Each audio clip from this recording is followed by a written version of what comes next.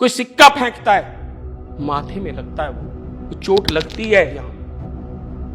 तुम ऐसे फेंक देते हो, चावल फेंकते हो, तुम सिक्का फेंकते हो, फूल फेंकते हो, मां को लगता है। वो तांत्रिक तो वो होता है जो एनर्जी को जानता है कि चैनलाइज कैसे करना है, मुझे अपनी एनर्जी को कैसे चैनलाइज करना है। जैसे कि एक जब हम पावर को अपने घर में मीटर में लगाते हैं तो उस मीटर से एक पावर को उठा करके लाते हैं कि हमें पंखा चलाना है, हमें बल्ब जलाना है, हमें एसी चलाना है, हमें क्या टाइम बढ़ता जाएगा वैसे वैसे महाविद्याएं लाइमलाइट में आते जाएंगी और बहुत सारे जो साधक हैं वो देखिए क्या ही होगा, क्योंकि माँ के बारे में जितना जानेगा, जितना अच्छे से जान पाएगा, तो उसी की वजह से भ्रम से भी बाहर निकल पाएगा।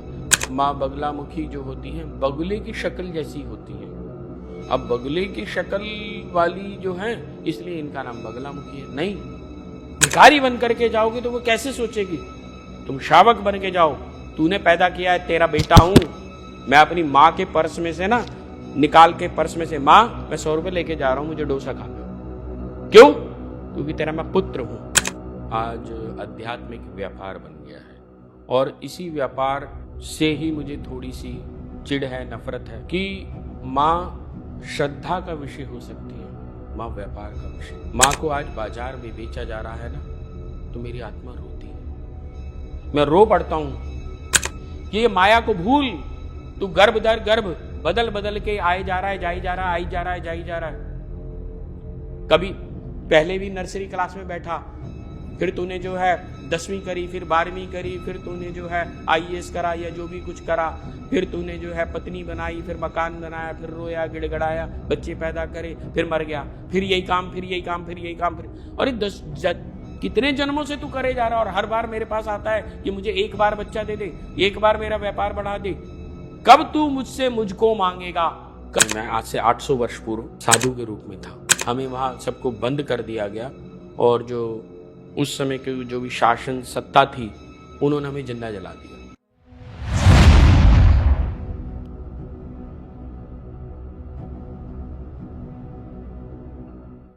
नमस्कार दोस्तों, मैं समस्त प्रभु भक्ति में आपका स्वागत करता हूं। दोस्तों, आज पॉडकास्ट में हमारे साथ हैं साधक आलोक भारद्वाज जी, जो जंगपुरा बगलामुखी मंदिर से जुड़े हुए हैं। पूरा मैनेजमेंट उन्हीं के हाथों में है और एक साधक भी हैं।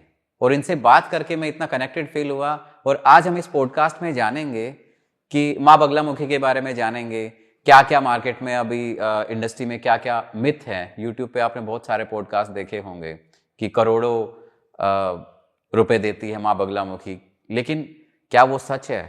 क्या क्या भ्रांतियां आज फैली हुई हैं? आज उन सभी चीजों को हम उजागर करेंगे। तो चलिए चलते हैं हमारे पॉडकास्ट में। नमस्कार। जय माई की। आप कैसे हैं सर? मैं बहुत अच्छा हूँ, माई की कृपा है, माँ का आनंद है। आपने बिल्कुल ठीक कहा, आज आध्यात्मिक व्यापार बन गया है और इसी व्यापार से ही मुझे थोड़ी सी चिढ़ है, नफरत है कि माँ श्रद्धा का विषय हो सकती है, माँ व्यापार का विषय नहीं हो सकती। माँ को आज बाजार में बेचा जा रहा है ना, तो मेरी आत्मा रोती है, मैं रो पड़ता हूं कि माँ तेरे साथ ही क्या हो रहा है? इतना गलत कोई तो होगा जो इस व्यापार को रोकेगा। आज भ्रांतियां तरह तरह की फैला रखी हैं।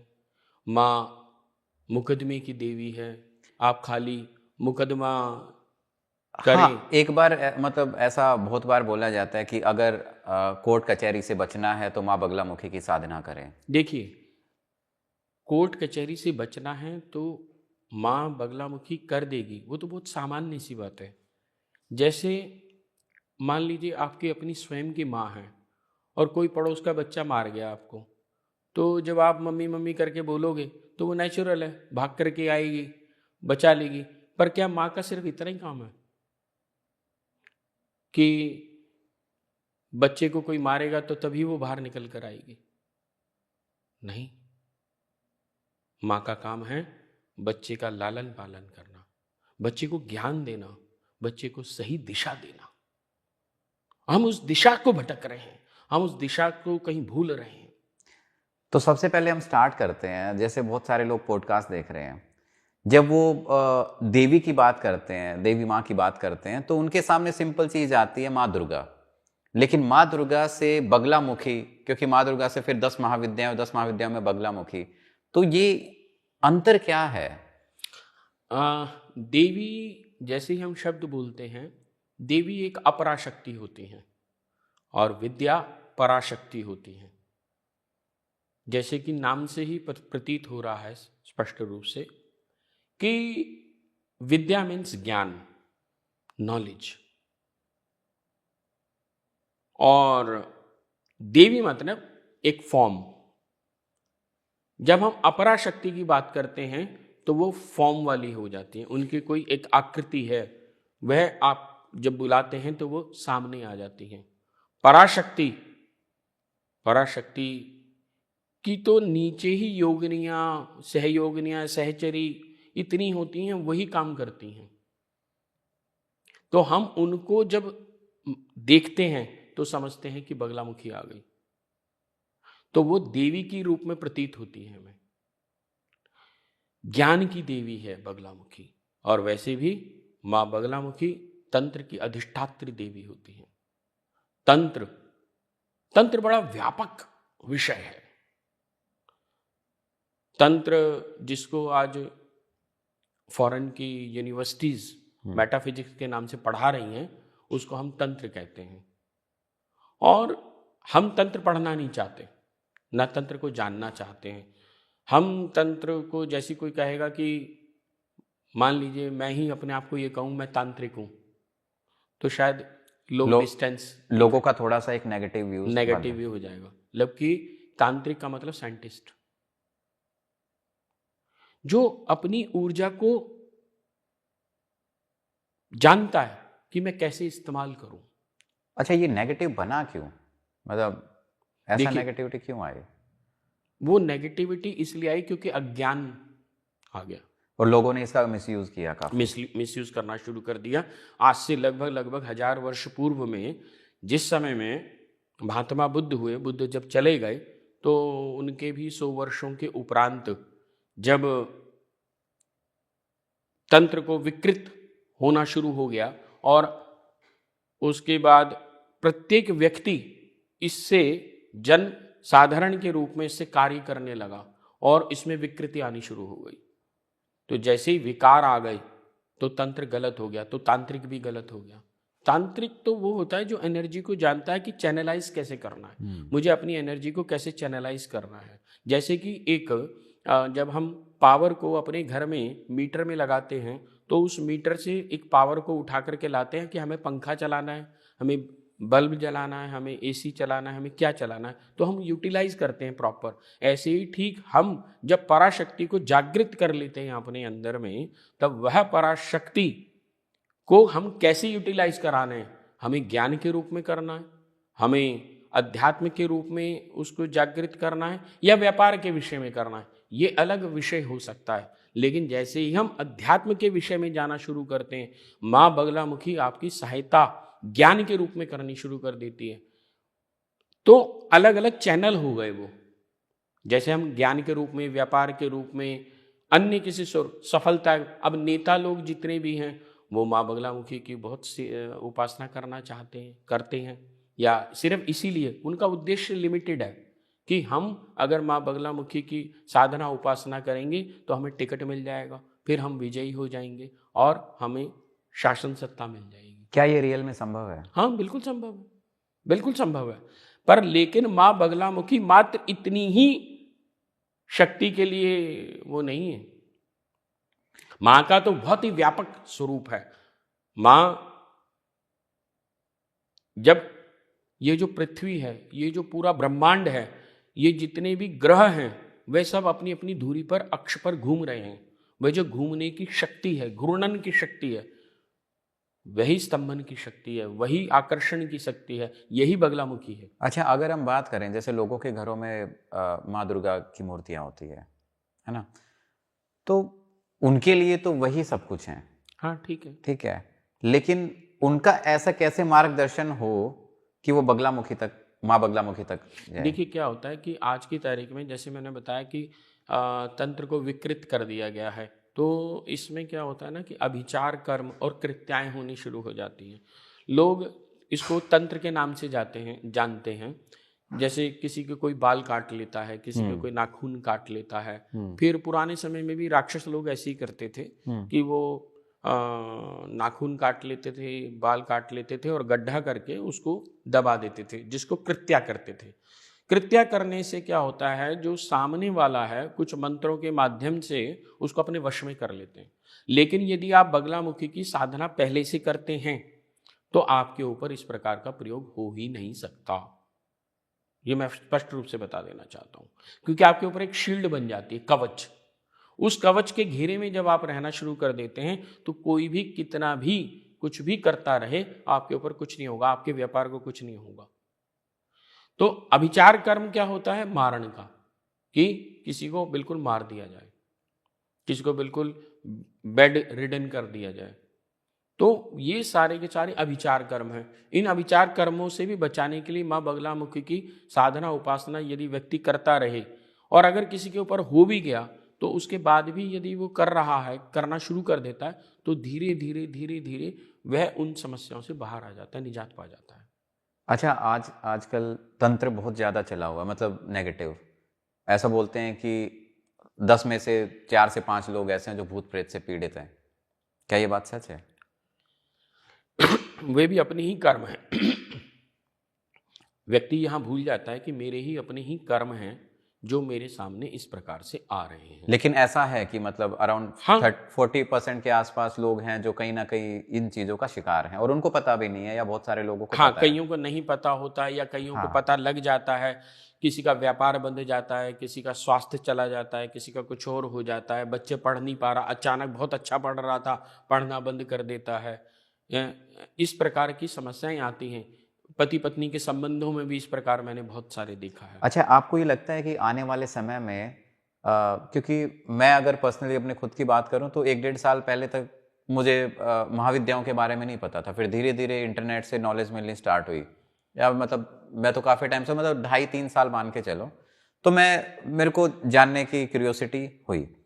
तो आपको लगता है कि जैसे जैसे टाइम बढ़ता जाएगा वैसे वैसे महाविद्याएं लाइमलाइट में आते जाएंगी और बहुत सारे जो साधक हैं वो? देखिए, जैसे मुझे ऐसा लगता है, प्राचीन भी क्या कहूँगा, आज से 20-30-40 साल पहले आईएएस के लिए अपीयरेंस में कम ही लोग बैठते थे, हैं, एमबीबीएस के लिए भी कम ही बैठते थे।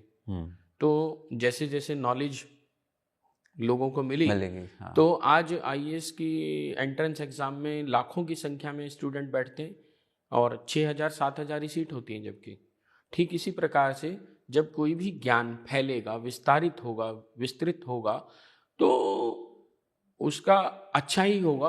क्योंकि माँ के बारे में जितना जानेगा, जितना अच्छे से जान पाएगा, तो उसी की वजह से भ्रम से भी बाहर निकल पाएगा।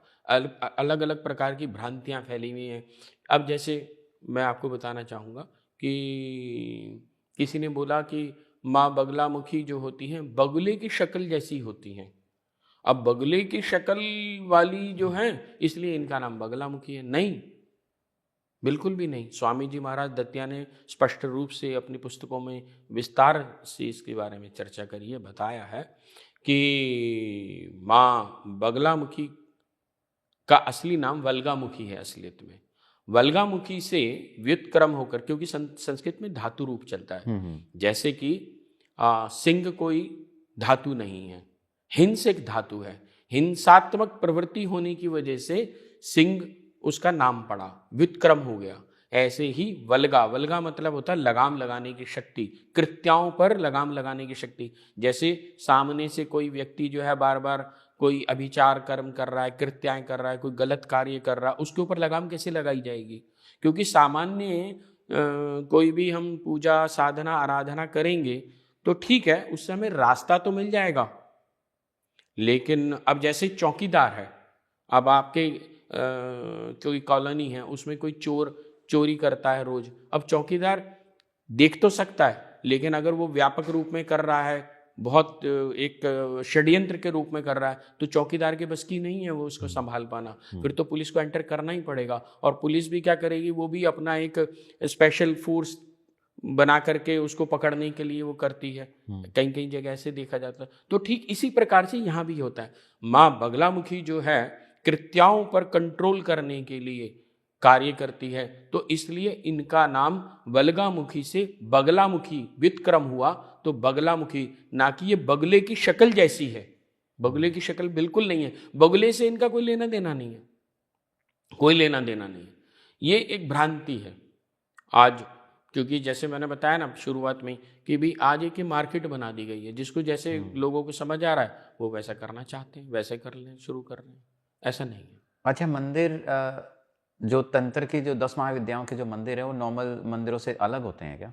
हाँ, क्योंकि उनका पूजा साधना आराधना का तरीका थोड़ा सा डिफरेंट होता है, तांत्रिक सारा सिस्टम होता है। क्योंकि तंत्र का मतलब है समय से बांधना, समय को बांध करके चला जाता है।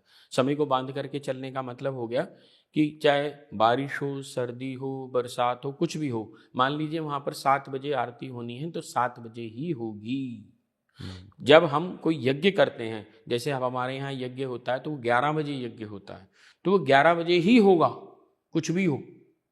तो तंत्र ये व्यापक वैसे तो विषय है, तो उसमें क्या है, समय को बांध करके चला जाता है कि समय इतने ही बजे ये कार्य होगा। तो उनकी पद्धतियां भी थोड़ी सी डिफर होती हैं, और इसमें कहीं भी अनुशासन रहित कार्य नहीं हो सकता। मतलब जो नियम है, अब जैसे पीले वस्त्र होंगे, आसन आपका पीला होगा, आपका जो भी पूजा पद्धति है वो भी एक सिस्टम से ही होगी। उस सिस्टम को जो मानने वाला है, जानने वाला है, उसी को तांत्रिक कहा जाता है। जैसे गणतंत्र दिवस, अब गणतंत्र दिवस को हम गणतंत्र दिवस ही क्यों कहते हैं? गणों का तंत्र, गण यानी हम सब जनता, और तंत्र यानी सिस्टम। उस सिस्टम को समझने वाले हमारे ऊपर जो वो है, वो गणतंत्र दिवस हुआ या गणतंत्र हुआ। ठीक इसी प्रकार से तंत्र यानी कि एक सिस्टम। किस सिस्टम से? अब ऐसा तो है नहीं कि हनुमान जी के मंदिर में जा रहे हैं और आप चुन्नी लेके चले जाएं। आपको किसने बताया कि हनुमान जी के मंदिर में जब जाते हैं तो सिंदूर का चोला लेकर के जाते हैं, या भगवती के मंदिर में जाते हैं तो आप नारियल, चुन्नी या साड़ी या बिछुए, पजेब आदि भी लेकर के जाते हैं? तो ये जो जानता है वह तांत्रिक है, और जो इस सिस्टम से कार्य करता है वह तंत्र है। तो जैसे जो भक्त लोग आते हैं, जैसे हम नॉर्मल मंदिरों में जाते हैं, हम गए, पूजा की थाली ली, धूप दीपक जलाया, पूजा की, आ गए।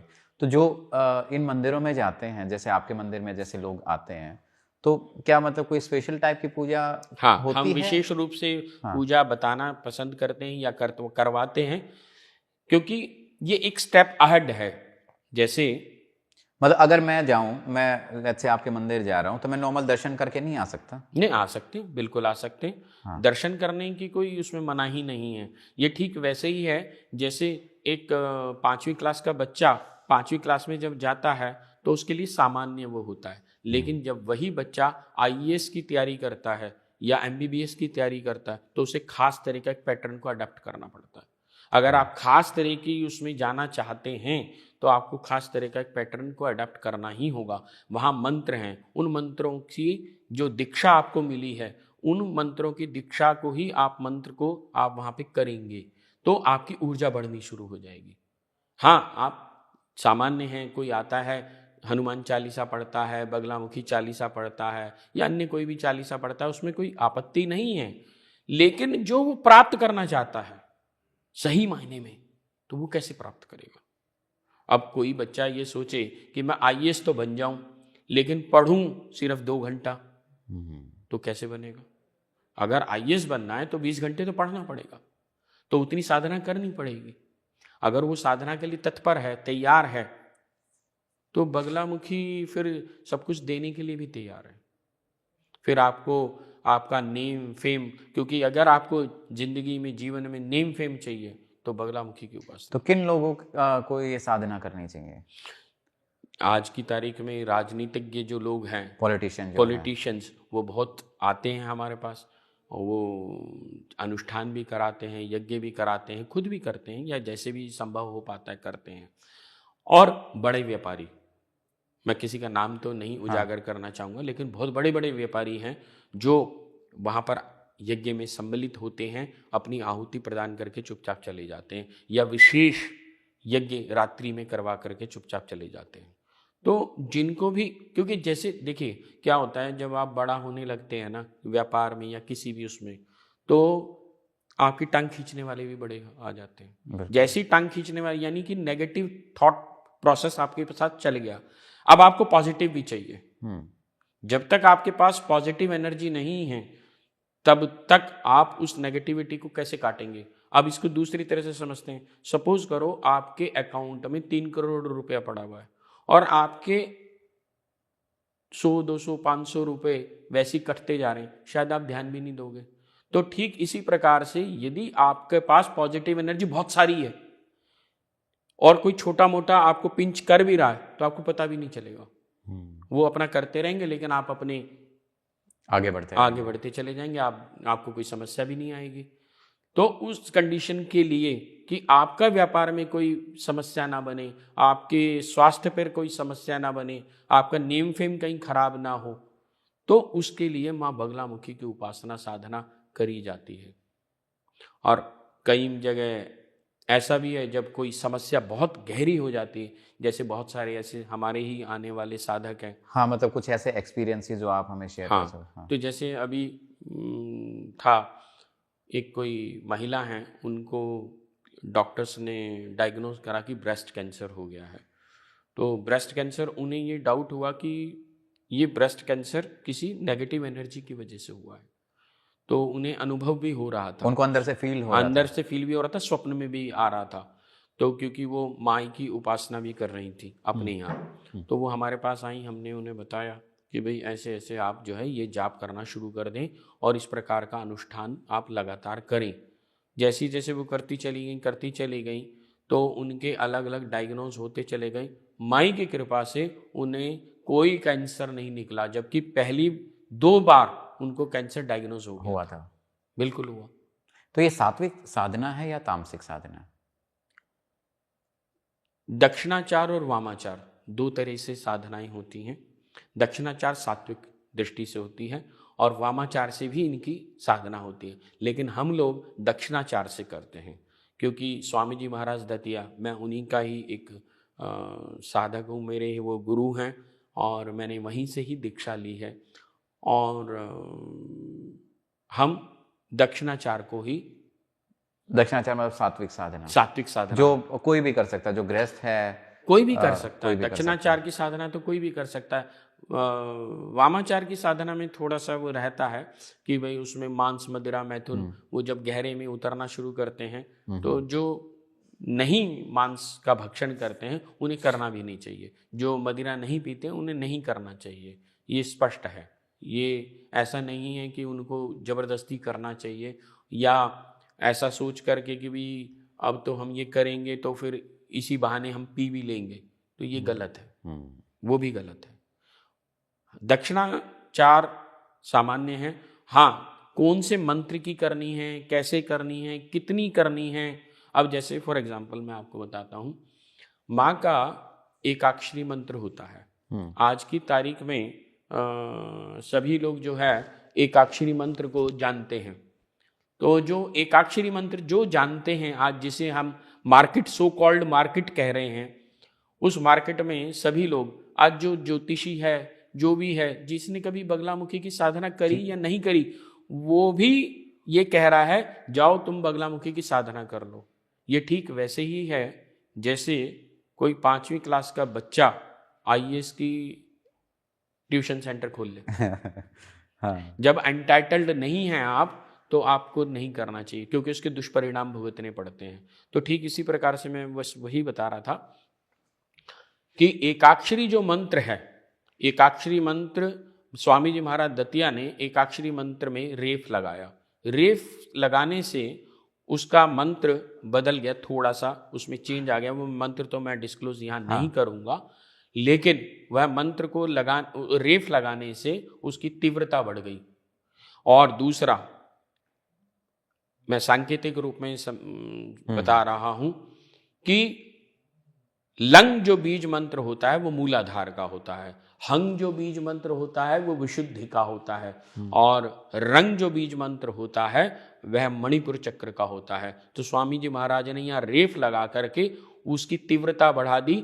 उससे हुआ क्या है कि कोई भी व्यक्ति यदि एकाक्षरी मंत्र को जाप करता रहता है तो उसके अंदर दिव्यता आनी शुरू हो जाती है। वह दिव्यता इस प्रकार की है कि उसकी पराशक्ति यानी कुंडलिनी की शक्ति वह जागृत हो जाती है। यदि वो करोड़ों में संख्या में इसको कर ले, बस आपका मन चंचल नहीं होना चाहिए। और अगर आपका मन चंचल भी है, आप किसी भी बात की परवाह मत करो, बस आप करते चले जाओ, करते चले जाओ। माँ भगवती स्वयं आपको रास्ता दे देगी, और जब आपको रास्ता मिल जाएगा तो आपकी कुंडलिनी भी जागृत हो जाएगी। क्योंकि पराशक्ति क्या है? पराशक्ति विद्युत की गति रखती है, उसकी कोई वैसा नहीं है, फॉर्मलेस है वो जैसे विद्युत हमारे घर में जो ये बिजली आ रही है उसकी क्या वो आप कहेंगे कि भाई क्या उसका शेप है? कोई शेप नहीं है। अच्छा, कुछ लोग ऐसे देखे हैं जो कोई मंत्र जाप नहीं करते हैं, सिर्फ मेडिटेशन करते हैं, उनकी भी कुंडलिनी अवेकन हो जाती है। और वहीं कुछ लोग ऐसे हैं जो मंत्र जाप करते हैं फिर उनकी कुंडलिनी अवेकन हो जाती है। मतलब एक कोई पर्टिकुलर साधना करते हैं, देवी की साधना है या फिर भगवान शिव या हनुमान जी की, तो दोनों में अंतर क्या है? जैसे मैंने बताया कि कुंडलिनी शक्ति जागृत हो जाती है। कुंडलिनी शक्ति जागृत होने से पहले व्यक्ति में क्या फर्क है और आज में क्या फर्क है? जैसे एक व्यक्ति कोई ये कहे कि आज मैं आईएएस बन गया, तो आईएएस बनने के बाद कुछ तो फर्क आएगा उसके जीवन में, व्यवहार में, उसकी शक्ति में, कुछ और में, उसके घर के लाइफस्टाइल में फर्क तो आएगा ना, सबको दिखाई देगा। जब एक आप ये कह रहे हैं कि कुंडलिनी शक्ति जागृत हो गई, कुंडलिनी शक्ति जागृत होने के बाद आपको बताना नहीं पड़ता। जैसे खुशबू, इत्र की खुशबू, इत्र की शीशी जब आप खोलेंगे तो उसको बताना नहीं पड़ेगा कि ये इत्र है, खुशबू फैल जाएगी। कुंडलिनी शक्ति के नाम पर व्यापार और ठगी इतनी जबरदस्त चल रही है, मैं क्या बताऊं, मुझे गुस्सा चढ़ता है। 5100 रुपये दो, 51,000 दो, 21 एक मैं अभी एकदम याद आ गया आपकी बात के ऊपर। मेरे पास भटिंडा से किसी का फोन आया, बच्चा था कोई, उसने बोला कि गुरुजी क्या आप के यहाँ पर कुंडलिनी शक्ति जागृत होती है, करा सकते हैं या कराते हैं? मैंने कहा नहीं बेटा, हम नहीं कराते, ऐसे नहीं होती कुंडलिनी शक्ति जागृत। पहले आपको चेक करना पड़ेगा ना कि आप कौन सी क्लास में एडमिशन लेने जा रहे हैं, पहले हमें भी तो देखना पड़ेगा कि आप उसके लायक हैं या नहीं है। तो मैंने कहा अच्छा एक बात बताओ, आप कुंडलिनी जागृत कराना क्यों चाहते हो, करना क्यों चाहते हो? सबसे बड़ी प्रॉब्लम तो यही है कि लोग आपको ये क्यों ही नहीं पता। बस किसी ने हो गया, कहीं पढ़ लिया, किसी सुन लिया, तो उसने पता है छूटते मुझे क्या बोला? उसने छूटते ही बोला कि मैं ये चाहता हूं कि मैं यहां से रात्रि में उड़ूं और बॉम्बे में घूम कर आऊं और वापस अपने घर आ जाऊं। मैंने कहा बेटा तू बेवकूफ बन रहा है और तू अपने पैसे को आग लगाएगा, तुझे ऐसा कोई ना कोई मिल भी जाएगा कि जो तुझे कहेगा, लेकिन ऐसा होता नहीं है। और ऐसा बिल्कुल बेवकूफ मत बनना, बाकी अब तेरी मर्जी है, ऐसा हम नहीं कराते। उसको बोलो प्लेन की टिकट कराओ आराम से, रात को शाम को जाए, सुबह आ जाए। अब कुंडलिनी शक्ति से भटिंडा से आप मुंबई चले जाएं या मुंबई से आप इधर आ जाएं, ये क्या नॉनसेंस है ना। अब कोई ये कह रहा है कि कुंडलिनी शक्ति इसलिए जागृत करानी है क्योंकि मुझे महल बनाना है, क्योंकि मेरा व्यापार अच्छा है। व्यापार से कुंडलिनी शक्ति का क्या लेना देना है? हाँ, आपको स्वयं की आध्यात्मिक चेतना की जागृति करानी है, आपका स्वयं जो विष्णु सो रहा है उसकी जागृति करानी है, तो उसके लिए कुंडलिनी जागरण तो मैं मान सकता हूं, उसके लिए मैं मान सकता हूं। परंतु कोई ये कहे कि मेरी दुकान नहीं चल रही, मकान नहीं चल रहा, मुझे बीवी चाहिए, मुझे ये चाहिए, और उसके लिए कुंडलिनी शक्ति, ये तो नॉनसेंस है। लेकिन जब कुंडलिनी अवेकन होती है तो नेगेटिविटी जो होती है वो तो दूर हो जाती है साहब। वो तो बहुत अलग तरीके से भी हो सकती है। अच्छा। उसके लिए कुंडलिनी शक्ति के कभी आपने सुना है कि मक्खी मारने के लिए तोप चलाई जाए? और कुंडलिनी शक्ति अगर इतनी आसानी से जागृत हो जाती, तो अगर हिंदुस्तान में 10% लोगों की भी कुंडलिनी जागृत हो जाएगी ना, तो हिंदुस्तान का रूप बदल जाएगा। इतनी ऊर्जा हो जाएगी, कुछ आवश्यकता नहीं पड़ेगी। ये तो बेवकूफ बनाने के लिए आज मार्केट है। ये मैंने भी सुना है कि बहुत ही रेयरेस्ट ऑफ द रेयर होते हैं जिनकी रियल में कुंडलिनी अवेकन होती है। जब कुंडलिनी जागृत होनी शुरू हो जाती है, इसका मैं सिर्फ सिम्टम्स बता सकता हूँ। उसमें क्या होता है कि जैसी कुंडलिनी जागृत होगी आपको मन में कोई प्रश्न आएगा, साथ साथ आपके जवाब भी आ जाएगा और सही जवाब आएगा। कितने, ये वाला जवाब नहीं। अब यहाँ लोग क्या करते हैं कि मेरी भाभी ने लड़ाई क्यों करी थी, अच्छा इसलिए लड़ाई लड़ी थी, ये मेरी कुंडलिनी जागृत हो गई। फलाने ने ये क्यों करा था, इससे तुम्हारे से क्या मतलब है कुंडलिनी का? कुंडलिनी का तात्पर्य है कि मैं कौन हूं, कोहम, मेरे पिछले 10 जन्म कहां हुए थे, मैं क्या था पहले और क्या हूं और क्या होऊंगा अभी, क्या होने जा रहा हूं अभी, क्या मेरी साधना जो मैं कर रहा हूं क्या वो भगवती को प्राप्त हो रही है। हम बहुत बार बोलते हैं, मैं बड़ा एक अलग तरीके से सोचता हूं इस बात को, कि हम अपनी माँ को मम्मी बोलते हैं, कोई अम्मी बोलता है, कोई कुछ और बोलता है, तो जो भी जिस भी तुतली भाषा में जब बोलना शुरू कर देता है, माँ खुश होती है। माँ कभी भी गुस्सा नहीं करती है कि मेरे बच्चे ने मुझको ये बोल दिया वो बोल दिया। तो हमें श्रद्धा रखनी चाहिए, हमें विश्वास रखना चाहिए। बस श्रद्धा के साथ हम कुछ भी करेंगे ना तो वो उसको प्राप्त हो जाएगा। लेकिन जब श्रद्धा ही नहीं है और आडंबर है तो उसे प्राप्त कैसे होगा? होगा ही नहीं। हम आडंबर करना सीख गए हैं। तो इससे अच्छा तो ना ही करो तो बढ़िया है। कुंडलिनी शक्ति, मेरे पास ऐसे कितने ही केस आ चुके हैं जो कुंडलिनी शक्ति, मैं किसी का नाम नहीं लेना चाहूंगा यहां पर, क्योंकि कुंडलिनी शक्ति जागृत कराने के चक्कर में उन्होंने अपनी किडनी दे बैठे। कुंडलिनी शक्ति जागृत कराने के चक्कर में बीपी खराब हो गया उनका। एक का बिल्कुल ऐसे दिमाग है कि रात्रि में सो ही नहीं पाते हैं जब से उन्होंने कुंडलिनी साधना करी है। मतलब ये ऐसा, मतलब किडनी तक कैसे खराब हो गई?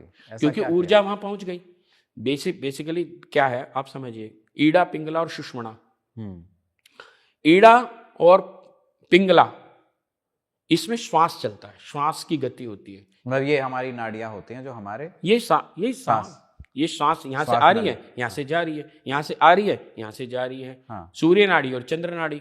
ये जैसे आप गांव के अंदर अगर देहात में देखेंगे तो महिलाएं जो थी दही बिलोती थी। उस दही को बिलोने में ऐसे जब आप इस रस्सी को यहाँ रखेंगे तो ये रस्सी ऑटोमेटिकली यहाँ रहेगी। बिल्कुल। तो जब ये रस्सी यहाँ है तो इसका मतलब ये यहाँ है। हाँ। ये हो गया ईड़ा पिंगला। ईड़ा यानी श्वास का लेना छोड़ना, छोड़ना लेना, छोड़ना लेना।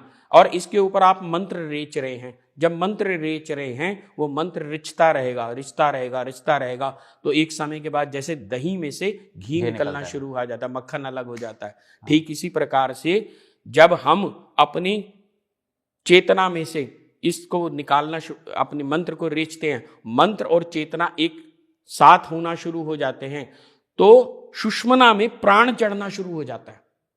सुषुम्ना में प्राण चढ़ता है और वह सुषुम्ना में सिर्फ प्राण चढ़ता है। और जब लोग जबरदस्ती वायु चढ़ा लेते हैं तो वायु का इफेक्ट हो जाता है, वो जाना चाहिए सुषुम्ना में सीधा सहस्त्रसार तक और वो वहीं पर रुक जाता है। तो वायु कैसे चढ़ाते हैं? वायु अंदर चली जाती है। अच्छा। उन्हें आता ही नहीं है ना। हाँ। और वो किडनी जो जहां पर ऊर्जा इकट्ठी होनी शुरू हो जाती है वहीं कहीं ही उस एरिया को, एक मेरे पास आया था, उनकी पीठ में लंप हो गया। हाँ। क्योंकि यहां तक वो ऊर्जा को ले आए और इसके बाद ना नीचे लेके जा पा रहे ना ऊपर ले पा रहे, समझ ही नहीं रहे क्यों, बिना गुरु के। आज क्या कर रहे हैं, जब भी आप स्कूल में जाएंगे, कॉलेज में जाएंगे, कहीं भी जाएंगे, पहले आपका एक एंट्रेंस टेस्ट होगा। उसके लेवल पर तय किया जाएगा कि आपको कौन सी क्लास में एडमिशन मिले। ऐसे थोड़ा ना होगा कि सबको एक ही क्लास में भर दो भाई। अब होता क्या है, आज की तारीख में बहुत सारे एक टेंट लगता है, उसमें 10,000 आदमी आते हैं और 10,000 को एक ही मंत्र दे दिया जाता है। उनका किसी का भी स्टैंडर्ड चेक ही नहीं करा गया कि आज तक इसने पहले कभी साधना करी भी है कि नहीं, कभी मंदिर गया भी है कि नहीं। कल भी गाली दे रहा था, आज भी गाली दे रहा है।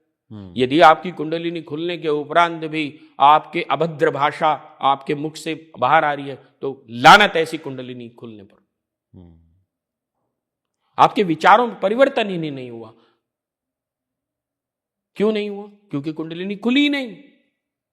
अगर कुंडलिनी खुल जाएगी तो वह व्यक्ति स्वयं दिखना शुरू हो जाएगा। तो जो लोग रोज मंत्र जाप करते हैं, मंत्र जाप मंत्र एक जाप अलग से- चीज है, मंत्र जाप या मेडिटेशन करते हैं, उससे कुंडलिनी एक्टिवेट होती है। लेकिन अगर आप कराना चाहते हैं तभी ना। एक हाँ। तो सामान्य पढ़ना होता है, हाँ। एक किसी उद्देश्य के लिए हम पढ़ रहे होते हैं। एक होता है कि भी मैं जनरल नॉलेज रोज पढ़ता हूँ, एक है कि मैं जनरल नॉलेज इसलिए पढ़ रहा हूँ कि मैं एक एग्जाम के अंदर अपीयर होना चाहता हूँ। मतलब दोनों में एक फर्क। किसी पर्पज से कोई अगर Yes. करता है और कोई नॉर्मल करता है, जैसे कोई नॉर्मल भक्ति करता है तो उसकी- वो जबरदस्ती नहीं कर रहा, वो छोड़ दे रहा है। हाँ। और दूसरी बात, मैं तो सीधी सी बात एक ही बात मानता हूँ, भगवती तेरा तुझको अर्पण। हाँ। मैं तो करी माई के श्री चरणों में छोड़ दिया, मुझे नहीं चाहिए। तू जान, तेरा काम जान, तुझे देना होगा दे दियो, नहीं देना होगा मत मत दियो। दियो।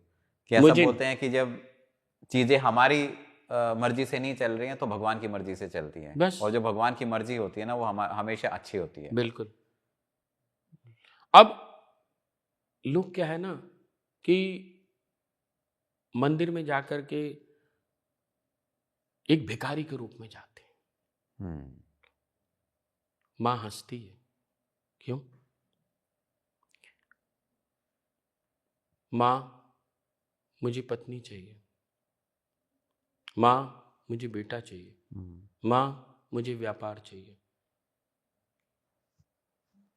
मां सोचती है कि पिछले जन्म में भी तू यही मांग रहा था। हाँ। उससे पिछले जन्म में भी तूने यही मांगा, उससे पिछले जन्म में भी तूने यही मांगा। 4 जन्मों से तू हर बार यही मांग रहा है और तेरा पेट नहीं भर रहा। तू मुझे कब याद करेगा? तू मुझसे मुझको कब मांगेगा? कभी तूने सोचा ये बात? तू अपने अंदर में मुझको जागृत कब करेगा? ये कभी सोचा तूने? नहीं सोचता, सोचता ही नहीं, उस तरफ तो जाता ही नहीं। और यदि तुम शावक हो तभी शेरनी तुम्हें अपना दूध पिलाएगी, कुत्ते को शेरनी दूध नहीं पिलाती। तुम जब कुत्ते बन करके जाओगे, सारे समय यही मांगोगे, भिखारी मांग। आप एक बात बताओ सिंपल, सभी से पूछता हूं मैं तो हमेशा, कि जब आप किसी रेड लाइट पे खड़े हो और आपने देखा भी ये भिखारी है और वो भागा हुआ आपके पास आ रहा है, तो आप शीशा ऊपर कर लेते हो या फटाफट अपने पर्स वर्स खोल करके सारे पैसे उसे दे देते हो? नहीं देते। जब तुम भिखारी बन करके जाओगे तो वो कैसे सोचेगी? तुम शावक बन के जाओ, तूने पैदा किया है, तेरा बेटा हूं मैं, अपनी मां के पर्स में से ना निकाल के पर्स में से, मां मैं 100 रुपए लेके जा रहा हूं, मुझे डोसा खाना। क्यों? क्योंकि तेरा मैं पुत्र हूं, ये मेरा अधिकार है, अधिकार से मांगूंगा, कुत्ते की तरह से नहीं मांगूंगा। क्यों? क्योंकि वो भक्ति ही नहीं है हम में, वो सोच ही नहीं है।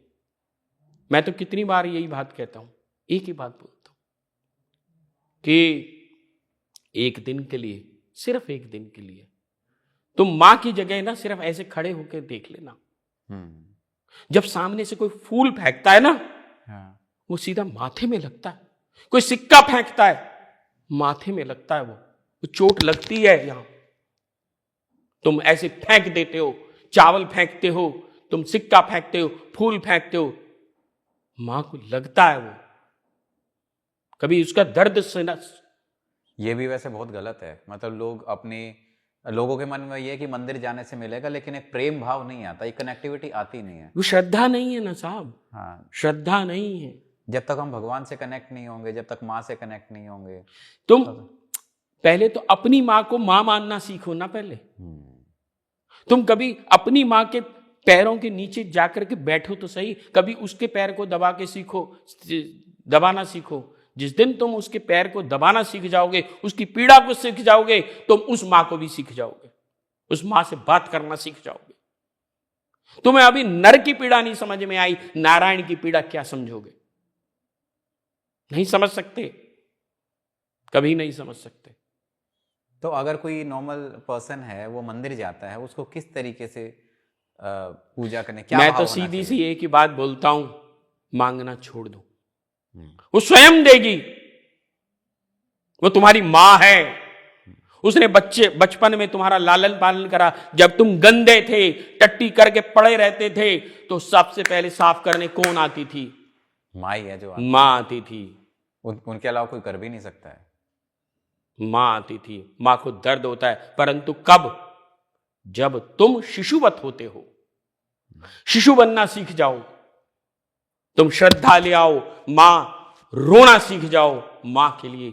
जिस दिन तुम मां के लिए रोना सीख जाओगे, मां नंगे पैर दौड़ करके आएगी। तुम आडंबर बंद कर दो, तुम ये कहना बंद कर दो कि मैंने अपनी कुंडलिनी खुलवा ली, मैंने अपना ये कर लिया, मैं लोगों को बेवकूफ बनाना बंद कर दो। मां दौड़ करके आएगी, तुम्हारे साथ रहेगी सदैव। तुम्हारे पर कोई अविचार कर्म नहीं हो सकता। तुम्हारी श्रद्धा जागृत होनी चाहिए, तुम में ज्ञान सर्वत्र फैलना शुरू हो जाएगा। तुम्हारी आभा स्वयं फैल जाएगी, तुम्हें फैलानी नहीं पड़ेगी, तुम्हें कुछ करना नहीं पड़ेगा, स्वयं जागृत होगी। क्यों नहीं हो रही, इस पर चिंतन करो, क्योंकि तुम आडंबर में हो। आडंबर रहित हो जाओ बस, और क्या चाहिए? तुम आडंबर रहित नहीं होना चाहते। मैं सैकड़ों बार बोला है, मंदिर में जाओ, जैसे तुम अपनी माँ के पास गांव में जाते हो, शहर में जाते हो, कहीं जाते हो, सबसे पहले क्या बोलते हो? माँ कैसी है, मैं आ गया। कभी बोला अभी मंदिर में जाके जाते क्या बोलते हो? मुझे पत्नी दे दे, बच्चा दे दे, गाड़ी दे दे, तुझे 10% दे दूंगा। धिक्कार है। वो टाइम पे 10% भी नहीं देते हैं। धिक्कार है। कभी उससे जाके पूछो, मां तू कैसी है, कैसी है तू मां? एक बार बोल के तो देखो। जिस दिन वो पूछेगी तुमसे कि तू बता बेटा कैसा है, वो पूछेगी नहीं, वो कर देगी। तुम्हारे हालात ठीक हो जाएंगे, जैसे सुदामा के हो गए थे। कृष्ण ने पूछा नहीं कि तू कैसा है, उन्होंने कर दिए। जब सुदामा डरते हुए गए थे कि मेरी गरीबी है, कांख में चावल छुपा करके, कृष्ण ने वही चावल खाए और उसको मुक्त कर दिया। अच्छा, जो लोग जैसे साधना करते हैं, ठीक है, तो इसमें कुछ दिन वगैरह भी होते हैं कि इतने दिन की होनी चाहिए, इतने दिन की होनी चाहिए? देखिए, वैसे तो उसने श्वास गिन के नहीं दिए। हम जो 21,800 बार एक दिन में सांस ले रहे हैं, उसको यदि बिना गिने ही करें तो, क्योंकि गिनना और नहीं गिनना, ये प्रेम में, जब आप प्रेम में होते हो ना, तो आपकी पत्नी जब जेब में हाथ डालती है तो आप ये भी नहीं देखते कि कितने पैसे वो ले गई। आपकी गर्लफ्रेंड जब हाथ में जेब में हाथ डालेगी ना, तो आप ये नहीं कहोगे कि कितने, बल्कि और कहोगे और ले जा। जब भी तुम प्रेम में होंगे तो तुम्हें देने में आनंद आएगा। जब भी तुम गिनोगे तो व्यापार हो जाएगा। नहीं, लेकिन करते चले जाओ। जैसे कुछ नियम होते हैं ना, कि नियम सिर्फ इसलिए हैं हाँ, कि जिससे अभ्यास हो जाए। चेतना को हमें अभ्यास कराना है, अपनी चेतना को, अपनी श्वासों को। मुझे एक गाना बड़ा अच्छा लगता है, सांसों की माला पे फेरूं मैं, सिमरन करूं मैं तेरा नाम। जब हम सांसों की माला पर उसको जाप करना सीख जाते हैं ना, तो हमें गिनना बंद हो जाता है। और जब हम गिनना बंद कर देते हैं तो वो भी गिनना बंद कर देती है कि मैंने कितना दिया। फिर आपको इतना मिलता है कि जिसकी कल्पना नहीं है। मेरे पास ही ऐसे बहुत सारे बच्चे आते हैं या हैं जिनका आज जीवन परिवर्तित हो गया। एक बच्चे, 2 बच्चे थे, तो एक बच्चा तो ऐसा है कि जिसका जीवन इस 2 वर्ष के अंदर ही इतना रूपांतरित हो गया, आज वो 2-2.5 करोड़ रुपए की कंपनी पे खड़ा हुआ है। जो कभी 500 रुपए का एसी साफ करता था, खुद जाकर एसी रिपेयर करता था, आज उसकी इतनी बड़ी कंपनी है। उसके नीचे आज 30-35 लोग काम करते हैं। ये माँ का चमत्कार है। तो मैंने उसको यही बोला था, बेटा माँ का नाम लेना शुरू कर दे, बस बिना गिने बिना थके करता चला जा, बिना सोचे समझे। ये व्यापार नहीं है, प्रेम है, और प्रेम में गिना नहीं जाता। जब तुम प्रेम में हो जाओगे ना, वो प्रेम बरसाना शुरू कर देगी और वो प्रेम असीमित हो जाएगा।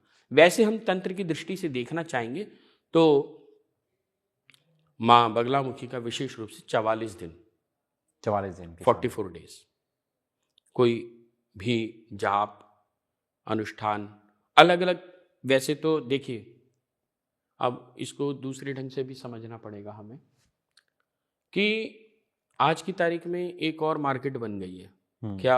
माँ का एक 36 अक्षरी मंत्र जो है इंटरनेट पे भी अवेलेबल है, और जिन्हें पता है वो भी, जिन्होंने साधना करी है या नहीं भी करी, कोई ज्योतिषी है या नहीं है, वो सब जो है 36 अक्षरी मंत्र बांट रहे हैं। कमर्शलाइजेशन हो गया है, और जो जितना पैसा दे करके ये ले भी ये मंत्र है और ये करना शुरू कर दे जैसे। लेकिन ये तो गलत है, मतलब अगर कोई विद्या है तो वो तो उस पे उसका कमर्शियलाइजेशन नहीं होना चाहिए। होना तो नहीं चाहिए, मैं कुछ और बताने जा रहा हूँ। वो तो खैर बिल्कुल भी नहीं होना चाहिए, और उसका फल भी नहीं मिलता है, परिणाम नहीं होता, उसका दुष्परिणाम ही भुगतना पड़ता है। जैसे कोई भी व्यक्ति जब बीमार पड़ता है तो अलग अलग बीमारियों के लिए अलग अलग दवाइयाँ होती हैं। ऐसा तो नहीं है कि सिर दर्द है तो डिस्प्रिन ले ली, तो पेट में दर्द है तब भी डिस्प्रिन ले ली, बुखार है तो भी डिस्प्रिन ले ली, कैंसर है तो भी डिस्प्रिन ले ली। माँ के 2000 मंत्र हैं, उन 2000 मंत्रों को अलग अलग रेचा जाता है अलग अलग समस्याओं के अनुसार। तो अलग अलग समस्याओं के अनुसार ही पूजा का विधान भी है। अब जैसे आपने एकदम से एक प्रश्न रखा कि भाई कितने दिन, तो मैं इसीलिए बोलता हूं तुम प्रेम में आ जाओ तो फिर समस्या नहीं है, पहली चीज। अब दूसरी चीज क्या है, चलो हम ऐसा भी करके देखते हैं या कर लेते हैं, तो उसमें फिर ऐसा है कुछ मंत्र हम 44 दिन करने पड़ते हैं, कुछ 6 महीने के भी हैं, कुछ 1.25 साल के भी हैं, जैसी समस्या है। अब किसी को कैंसर है, वो 40 दिन में तो ठीक नहीं होगा, और उसको एक ही डिस्प्रिन तो दी नहीं जा सकेगी। तो जब मंत्र इतने सारे हैं तो उनका प्रयोग भी डिफरेंट है, एक मंत्र से उपचार नहीं हो सकता। अच्छा, जिन लोगों पे तंत्र का प्रयोग किया गया होता है, अगर वो माँ बगलामुखी की साधना की तरफ जाएं तो उन्हें तंत्र से मुक्ति मिल सकती है, नेगेटिव जो उन पे किसी ने करा रखा है? देखिए, मैंने पहले भी बोला कि तंत्र एक व्यापक व्यवस्था है, तंत्र पॉजिटिव है। हाँ। अभिचार और कृत्याएं ये नेगेटिव होती हैं। हाँ। मारण का जो प्रयोग करा जाता है कि सामने वाले को मार दिया जाए, इसको अभिचार कर्म कर बोला जाता है। और कृत्याएं वो होती हैं जैसे किसी का अच्छा भला व्यापार चल रहा है, कुछ और चल रहा है, स्वास्थ्य खराब हो गया, ये सब कृत्याओं में आता है। इसमें क्या करते हैं, कई बार आपने सुना होगा कि किसी के बाल काट लिए, किसी के नाखून काट लिए, किसी का कपड़ा काट लिया, किसी का कुछ काट लिया, और वो इस तरह के प्रयोग करते हैं। माँ बगलामुखी तो है ही कृत्या विनाशिनी। पंचम अध्याय में माँ बगलामुखी का विशेष रूप से मंत्र आया है। दूसरा कि मां अच्छे अच्छे ज्ञानी लोग भी, बड़े बड़े ज्ञानी लोग भी, वो भी फंस जाते हैं मोह में। तभी प्रथम अध्याय में मां का एक श्लोक आया है, ज्ञानी नाम अपि चेतांसी देवी भगवती ही सा बलात् आकृष्य मोह माया प्रयच्छति। कि मोह में, माया में फंस जाते हैं और मां खुद फंसवा देती है परीक्षा के स्वरूप में। अगर तुम्हें उससे निकालना है तो मां ही निकालेगी। इसीलिए मां के हाथ में एक पाश है और एक अंकुश है। तो मां का एक चतुराक्षरी मंत्र होता है, उस चतुराक्षरी मंत्र में पाश और अंकुश शब्द के रूप में है, मंत्र के रूप में है, उनसे मुक्ति पाने के लिए। जब तक हमें ये संसार बहुत अच्छा लग रहा है, जब तक हमें ये बहुत अच्छा लग रहा है कि ये व्यापार बहुत हमें और चाहिए, बढ़िया चाहिए, ये सब चाहिए, तो हम संसार में डूबे हुए हैं। हम इन संसार से बाहर निकालने के लिए वो बगलामुखी ही बाहर निकालेगी। वो पाश में फंसा हुआ है व्यक्ति। तो जैसे 10 महाविद्याएं हैं, उसमें एक आदमी चयन कैसे करे कि उसे माँ काली की साधना करनी है, माँ तारा की या बगलामुखी की? देखिए, पहले तो बच्चे को पढ़ना होगा। हाँ। जब तक बच्चा पढ़ेगा नहीं तो आईएएस कैसे बनेगा? अब 10वीं क्लास तो पास नहीं हो रही, आईएएस कैसे बनेगा? दूसरी बात, बच्चा चयन नहीं करता, माँ चयन करती है। आपके प्रारब्ध कर्म, आपके प्रयास, आपका रोना, आपको रोना आना चाहिए। सैकड़ों लोग मेरे से पूछते हैं कि माँ कैसे मिलेगी। मैं उनसे पूछता हूं, बहुत आसानी से मिलेगी। तुम्हें रोना आता है? कहते जो हम तो बहुत बार रोते हैं, हमें तो नहीं मिलती। मैं कहता तुम रोते नहीं हो, आडंबर करते हो। कैसे? सपोज करो आप किसी पार्टी में गए हुए हो, आपकी पत्नी भी है, आप भी हैं, और आपका एक छोटा सा बच्चा। आपका बच्चा आपके साथ खड़ा हुआ है। अचानक आपका ध्यान जाता है कि आपका बच्चा आपके पास नहीं है। आप टिक्की खा रहे, सामने वाला टिक्की देने के लिए खड़ा हुआ है। आपको याद आता है कि आपका बच्चा कहाँ गया। आप टिक्की खाओगे या बच्चे को ढूंढने? सब कुछ भूल के बच्चे को ढूंढने। आप चीखोगे, आप सबसे पहले पूछोगे भाई तूने मेरा बेटा देखा? उस पंडाल में 20 मिनट बाद सबको यह पता चल जाएगा कि आप बच्चे को ढूंढ रहे हैं। हाँ, और क्या कभी आपके परिवार को भी पता चला कि आप मां को ढूंढ रहे हैं? कभी नहीं। तो जब आपकी पत्नी को भी पता नहीं है कि आप मां को ढूंढ रहे हैं, तो आपको मां मिल जाएगी क्या? लेकिन ये जो कनेक्शन है, ये तो खुद का, स्वयं का भगवान के साथ होता है। दूसरे लोगों को बताने से क्या होगा? हो सकता है कि वो माने ना, बोले कि ना क्या माने, कर रहा है, ना माने, जो भी है। मैं सिर्फ वो बता रहा हूं, उसकी इंटेंसिटी ये होनी चाहिए कि हम सब कुछ भूल करके, मुद्दा वहां ये नहीं है। मुद्दा ये है कि आप ये बिना परवाह करे कि भाई कौन मुझे क्या कहेगा, मैंने खाना खाया नहीं खाया, मैं कैसे बैठा हूं, कैसे, आप सिर्फ क्या होता है कि मेरा बेटा कहाँ? भागे जाते हैं हम, तूने मेरा बेटा देखा, तूने मेरा बेटा देखा, तूने मेरा बेटा देखा, बेटा देखा, बेटा देखा, बेटा देखा, ऐसे करते रहो। जब तक बेटा नहीं मिल जाएगा आप चैन से नहीं बैठ पाओगे। लेकिन आपको मां मिले ना मिले, आपको तो टाइम पे खाना भी खाना है, आपको सब कुछ करना है। आप में बेचैनी कहां हुई मां को पाने की? वो लालसा कहां जागृत करी अभी तक आपने? हुई नहीं। जब हुई नहीं तो वो भी नहीं मिलेगी। वो प्रेम, कभी आप रोए ही नहीं उसके लिए। आप बच्चे अब एक दिन ना मिले, आप रो रो के आंखें सूज जाएंगी आपकी। अब 2 मिनट रो के, हाँ माँ तू मुझे मिल जा, माँ तू मुझे मिल जा, माँ तू मिल जा, 4 बार बोल तो दिया यार, और कितना बोलूं, चलो यार ऑफिस का टाइम हो गया। ये सब नाटक है। तुम अपने आप को बेवकूफ बना रहे हो, किसी को नहीं बना रहे। और क्या होगा इसमें? ऐसे माँ थोड़ी ना मिलती है। माँ बगलामुखी बेसिकली तंत्र को काटने वाली देवी है। यदि किसी के ऊपर किसी प्रकार से तंत्र हुआ है, उसको काटने की देवी है। दूसरा, आपकी चेतना में आपकी जागृति होगी। अब जैसे दुर्गा सप्तशती में स्पष्ट रूप से आया कि भगवान विष्णु जब सो गए तो ब्रह्मा जी ने आराधना करी। जब आप सो जाओगे तो आपके नाम से तो आपको उठाएंगे कि बेटा उठ जा। बिल्कुल। ये थोड़ा ना कहेंगे तम स्वाहा तम सदा तमिव खटकार स्वरात्मिका, हैं कि आपकी शक्ति ये है, आपकी ये है। आप ब्रह्मा जी आराधना कर रहे हैं विष्णु जी को उठाने के लिए, किसकी? शक्ति की। यानी शक्ति जागृत कर रहे हैं, चेतना को जागृत कर रहे हैं। विष्णु कोई नहीं है। विष्णु आप स्वयं, आपकी जो चेतना है, जो सोई हुई है, जिस माया में फंसी हुई है, उसको जागृति है कि ये माया को भूल, तू गर्भ दर गर्भ बदल बदल के आए जा रहा है, जाई जा रहा है, आई जा रहा है, जाई जा रहा है। कभी पहले भी नर्सरी क्लास में बैठा, फिर तूने जो है 10वीं करी, फिर 12वीं करी, फिर तूने जो है IAS करा या जो भी कुछ करा, फिर तूने जो है पत्नी बनाई, फिर मकान बनाया, फिर रोया गिड़गड़ाया, बच्चे पैदा करे, फिर मर गया, फिर यही काम, फिर यही काम, फिर यही काम, फिर और कितने जन्मों से तू करे जा रहा, और हर बार मेरे पास आता है कि मुझे एक बार बच्चा दे दे, एक बार मेरा व्यापार बढ़ा दे। कब तू मुझसे मुझको मांगेगा, कब तू स्वयं को जानेगा? क्योंकि हम सब शिव से प्रसन्न होकर आए हैं पुनः शिव बनने के लिए। यह हम भूल गए, क्योंकि हमारे ऊपर 3 मल होते हैं, आणमल, माह्यमल और कार्मिक मल। हम ये भूल गए कि कौन हूं मैं, को हम। महर्षि रमन ने सबसे पहले यही बोला, को हम।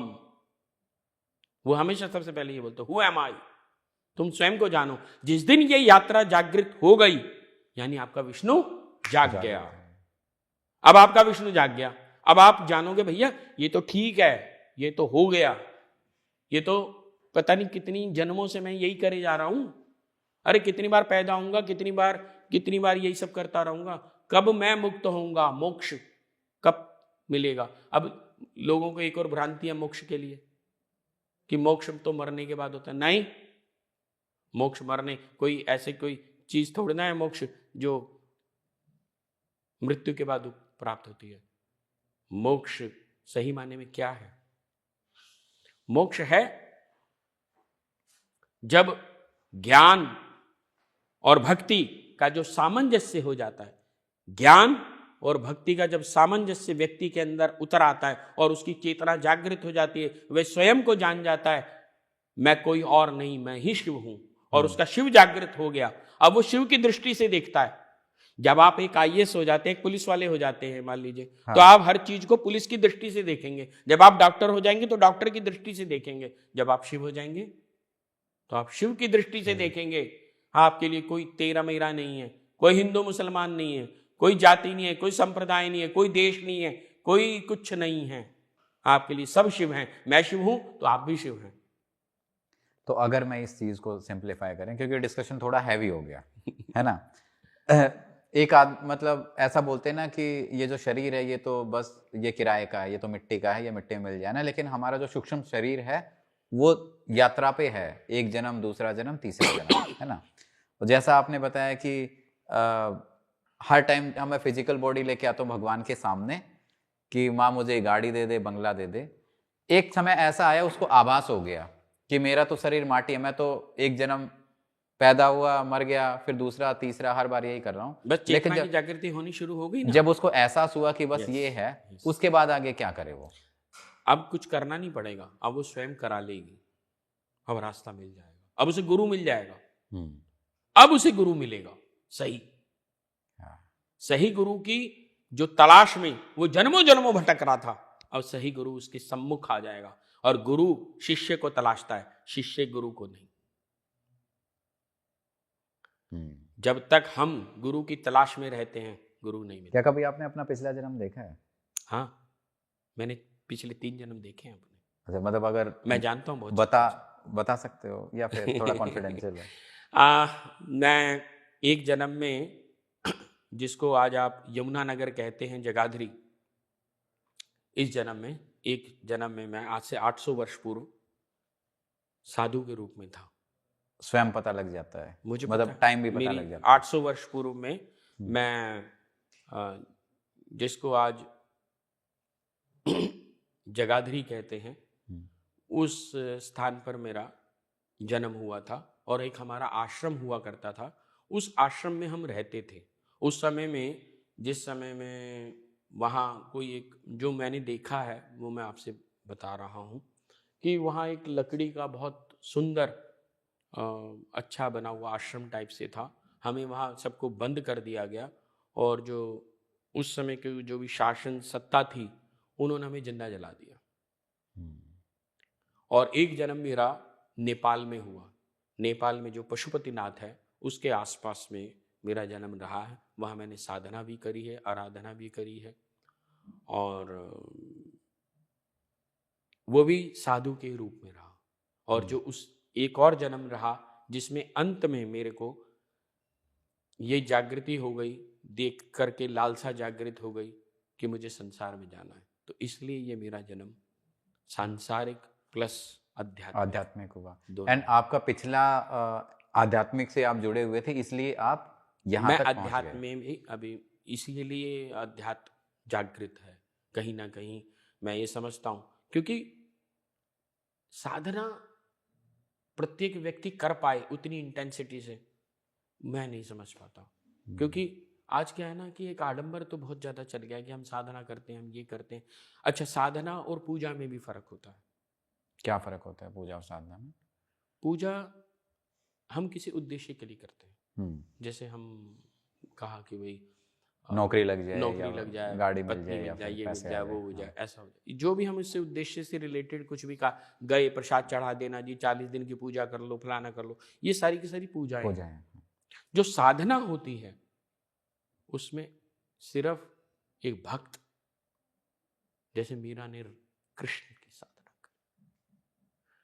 गांव के लोग जानते हैं, जब एक नया बैल खरीदते हैं ना वो, तो उस बैल को, पुरानी बैल मान लीजिए, पुराने आज तो वो ट्रैक्टर से करने लग गए, तो जैसे 2 बैल होते थे, तो मान लीजिए एक बैल मर गया या खराब हो गया तो दूसरा बैल लाते थे, तो जो नया बैल आता था वो पुराने बैल के साथ ही उसके कंधे के ऊपर हल रख दिया जाता था और उसी के साथ चलता था।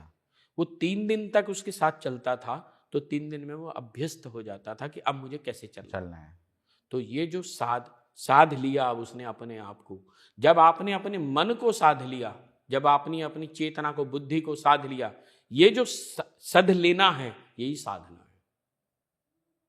जो हम पूजा कर रहे हैं वो तो हम उद्देश्य के लिए कर रहे हैं, स्वयं को थोड़ा ना साध रहे हैं। वो तो ये है कि भाई हमें ये चाहिए, वो चाहिए, XYZ कुछ भी चाहिए, तो वो ठीक है, उसमें तो आपको मिल भी जाएगा, आपने करा, आपको मिल गया। अगर कोई व्यक्ति बहुत दुखी है और वो दुर्गा की जगह पे अगर माँ बगलामुखी की साधना कर दे, या सेम ही है?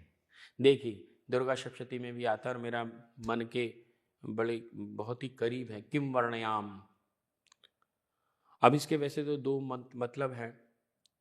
अब मेरी माँ अगर काली साड़ी पहन के आए तो भी मेरी माँ, पीली साड़ी पहन के आए तो भी मेरी माँ, और लाल साड़ी पहन के आए तो भी मेरी माँ। हाँ, ये तो हो सकता है कि मुझे लाल साड़ी में ज़्यादा अच्छी लगती हो या पीली साड़ी में अच्छी लगती हो, पर रहेगी तो मेरी माँ। There is no any difference in between the Durga, Kali, Lalita Tripura Sundari and Baglamukhi. ये हमारा स्तर है। तो फिर सबके अलग अलग मंत्र क्यों, एक क्यों नहीं?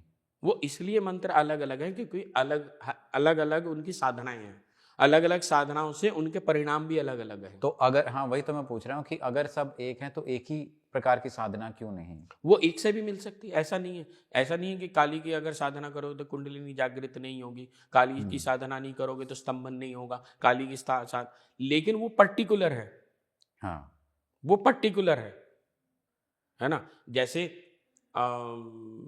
इसको हम अगर लेमन भाषा में समझना चाहें कि एक डॉक्टर तो सारे होते हैं। हाँ, एक पर्टिकुलर हार्ट स्पेशलिस्ट होता है, एक किडनी का स्पेशलिस्ट होता है। ऐसा थोड़ा ना कि किडनी वाले को जो है हार्ट का नहीं पता है, पर लेकिन वो स्पेशलिस्ट उसी का ही है। अब जैसे स्तंभन, मारण, मोहन, उच्चाटन, वशीकरण, इन सब का जो एक स्पेशलाइजेशन कहें, वो माँ बगलामुखी के हाथ में आ गया। जब आप इनके मंत्रों को करना शुरू कर देते हैं तो वह जो सारा प्रभाव है वो उस साधक के अंदर आना शुरू है। उसका आभा मंडल, उसका जिसको हम ओरा कहते हैं, वो ओरा डेवलप होना शुरू हो जाता है। अब एक व्यक्ति, मैं स्पष्ट रूप से बता देना चाहता हूं कि जो भी माँ बगलामुखी का साधक होगा उसमें अपने आप ही आकर्षण होगा, अपने आप उससे मन करेगा बात करने का। या फिर किसी भी महाविद्या के साधक में आकर्षण किसी में भी होना शुरू हो जाएगा, लेकिन इसमें जल्दी हो जाएगा, ज्यादा होगा, इसमें जल्दी हो जाएगा। क्योंकि ये मैंने बताया ना, जैसे एक स्पेशल वो हो गया, एक स्पेशलाइजेशन हो गया उनका। ऐसा नहीं है कि डॉक्टर नहीं है, वो भी डॉक्टर है। एक हार्ट स्पेशलिस्ट भी डॉक्टर है, एक किडनी वाला भी डॉक्टर है, एक लंग्स वाला भी डॉक्टर है। डॉक्टर तो सारे हैं, पर उनका स्पेशलाइजेशन उनके अंदर है। अब जैसे काली, काल नियंत्रणात् काली, जो काल को नियंत्रण करे। What is the meaning of the काल? काल मीन्स टाइम। हाँ। अब टाइम को जो नियंत्रण करे, जो काल को चलाए, जो समय को चलाए। जैसे पानी पड़ा हुआ और पानी चलता हुआ, दोनों में डिफरेंस है। पानी जो पड़ा हुआ है वो भी पानी ही है, और एक पानी चल रहा है। पानी में गति आ गई, अगर समय रुक जाए, स्टिल हो जाए, तो ये विध्वंस हो जाएगा। इस पूरी सृष्टि को जो चला रही है, इस काल को जो चला रही है, वह काली, यानी उस समय को चलाने वाली शक्ति। यानी जब साधक साधना में उतरता है और उससे सही दिशा मिलती है, वह काली दिलाती है। और जब पहले काली परीक्षा भी लेती है, इसीलिए मां काली के पैरों के नीचे वो शिव है। वो शिव कोई नहीं, आप स्वयं है, साधक है। जब आप स्वयं की चेतना को जागृत करते हैं, ये सामान्य उसके लिए नहीं है। जो सामान्य जन हैं, ये उनके लिए नहीं है। पहले ही बता दें कि 10 माह, देखिए, एक होता है, एक पढ़ता है एक बच्चा स्कूल में जाकर के कुछ बनने के लिए। एक बच्चा पढ़ता है कि ठीक है यार, मुझे बाप का ही तो बिजनेस संभालना, मुझे कौन से कुछ करना। उसको पहले से क्लियर है कि भाई मुझे कोई खास बात नहीं है, मुझे तो दुकान चलानी। हाँ ठीक है, शादीशुदी हो जाए इसलिए ग्रेजुएशन कर रहा हूँ बस, और क्या, और मुझे कोई ज्यादा वो नहीं। तो ये हो गए संसारिक आदमी। और एक है कि जिसे अपनी स्थिति को बदलना है, उसे निर्माण करना है। वो क्या करेगा? वो MBBS बन के ही रहूंगा भाई, चाहे मेरे माँ बाप कैसे भी हों, गरीब हों, कुछ भी हों, कहीं से भी लाऊंगा, कुछ भी करूंगा, 24 घंटे में से 25 घंटे पढ़ूंगा, तब वो MBBS बनेगा। जब एक व्यक्ति में ये जागृति आनी शुरू हो जाती है कि मुझे ऐसा ही करना है। ये सारी साधना उनके लिए हैं, 10 महाविद्याओं की। हाँ, अगर वो संसार को छोड़ करके आगे की गति को पाना चाहते हैं, तब ये उसके काम की बातें हैं। और जो सांसारिक हैं, वो तो सामान्य मिल ही जाएंगे, क्योंकि जब खुशबू इस कमरे में इत्र की बोतल खुलेगी तो खुशबू तो फैलेगी। वो ये थोड़ा ना कि खाली मुझे मिलेगी, वो तो आपको भी मिलेगी। तो जब आप 10 महाविद्याओं में से किसी भी विद्या की साधना, आराधना, कुछ भी, पूजा भी करना चाहेंगे, सामान्य भी। अब मेरे पास बहुत सारे लोग इस तरह के आते हैं कि जी हमारे पे ऐसा कर दिया, बेटी का विवाह नहीं हो रहा, ऐसा नहीं हो रहा। कुछ ऐसे एक्सपीरियंसेस हैं मतलब जो हाँ, बहुत अजीबोगरीब आपने देखे?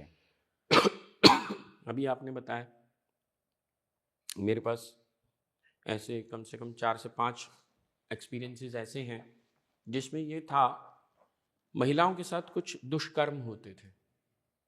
उनके साथ रात्रि में कोई नहीं है, कमरे में कोई भी नहीं है, और रात्रि में वो निद्रा में सोई हुई हैं और वो उनके साथ रेप हो रहा है। वो किसी को बता भी नहीं पा रही हैं। तो उन्होंने किसी तरह से बातचीत करी तो मुझे बताया, तो मैंने उन्हें बताया, कुछ प्रयोग बताए, कुछ मंत्र बताए। एक कटहल होता है, कटहल के 8 टुकड़े करा करके, उतारा करा करके नदी में प्रवाह भी कराया, और भी बहुत सारे प्रयोग हैं, वो सारे कराए। फिर मंत्र साधना कराई, भगवती की कृपा से उन्हें 3-4 दिन में ही फल मिल गया।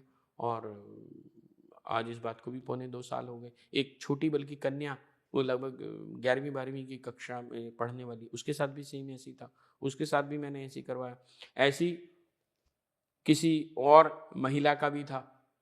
तो इस प्रकार के, अब एक व्यक्ति आते हैं, उनके साथ किसी ने उनका व्यापार बांध दिया। तो ऐसा नहीं है कि ये सब कार्य नहीं होते, लेकिन माँ 10 महाविद्याओं की जैसी साधना, आराधना करना शुरू करते हैं इस उद्देश्य से, तो ये अभिचार कर्म अपने आप कटने शुरू हो जाते हैं। और इनको, जैसे जब हम एक तो सामान्य निशान लगाते हैं, लेकिन जब हम किसी कंपटीशन में जाते हैं तो तभी हम माना जाता है कि जब हम लक्ष्य पर निशाना लगाएं, तब हमें कोई शील्ड मिलती है, तब हमें कोई मेडल मिलता है। वैसे तो हम बंदूक चलाते रहते हैं, उससे कोई वो नहीं होगा। वैसे भी लक्ष्मी उसी को मिलती है जो लक्ष्य की प्राप्ति करा। और मां बगलामुखी चेतना को शुद्ध कर देती है, वो लक्ष्य को प्राप्त करवाने में भी सहायता करा देती है। और जब आपकी चेतना शुद्ध है, जब आपको समझ में आ रहा है सही क्या है और गलत क्या है, सबसे बड़ी प्रॉब्लम क्या होती है? सबसे बड़ी, माँ बगलामुखी के साथ जैसी साधना हम करने उतरते हैं कोई भी व्यक्ति, तो जो नेगेटिव लोग होते हैं ना, उसके सराउंडिंग में अपने आप भाग जाते हैं। हाँ, कहीं ना अपने कहीं आप भाग जाते हैं, कुछ ना कुछ ऐसी परिस्थितियां बन जाती है कि अपने अपने आप आप निकल अपने आप जाता है। चले जाते हैं, कोई रुकता ही नहीं उसके साथ। जो भी नेगेटिव लोग होंगे चले जाएंगे अपने आप। क्यों? क्योंकि माँ बगलामुखी की साधना में इस प्रकार का वो है। अब क्या होगा, जो नेगेटिव लोग हैं जब चले गए, जिन दोस्तों के साथ चंडाल चौकड़ी के साथ वो लड़का रहता है, बच्चा रहता है, तो जब उन्हें छोड़ गया, अब उसका दिमाग चलना शुरू हो जाएगा कि भाई ये मैं क्या कर रहा था, जिन्हें मैं सब कुछ मान रहा था ये तो कुछ भी नहीं है। अब क्या है, अब जो माँ बाप कह रहे हैं कि बेटा पढ़ ले, बेटा कुछ कर ले, बेटा कुछ जिंदगी में आगे कुछ बन जा, अब उसे बात समझ में आनी शुरू हो गई। अब समझ में आनी शुरू हो गई, अब उसने सही पकड़ लिए रास्ते में। अब क्या है कि दिशा मिल गई उसको। तो दिशा ऐसे मिलती है। माँ, अब मेरे पास कोई आई महिला कि जी इनके ऊपर माँ बगलामुखी आती हैं, आवेश आता है। मैं कहा माँ बगलामुखी का आवेश नहीं आता। माँ बगलामुखी अगर आएगी तो शरीर फट जाएगा। माँ काली आएगी तो शरीर फट जाएगा। माँ काली नहीं आती हैं, पहली बात। अब ये वैसे तो एक अलग विषय हो जाता है। भूत और दूत दो होते हैं। भूत वो होते हैं जो जीवन भर गलत कार्य कर रहे होते हैं और वो मृत्यु को प्राप्त हो गए। जब वो मृत्यु को प्राप्त हो जाते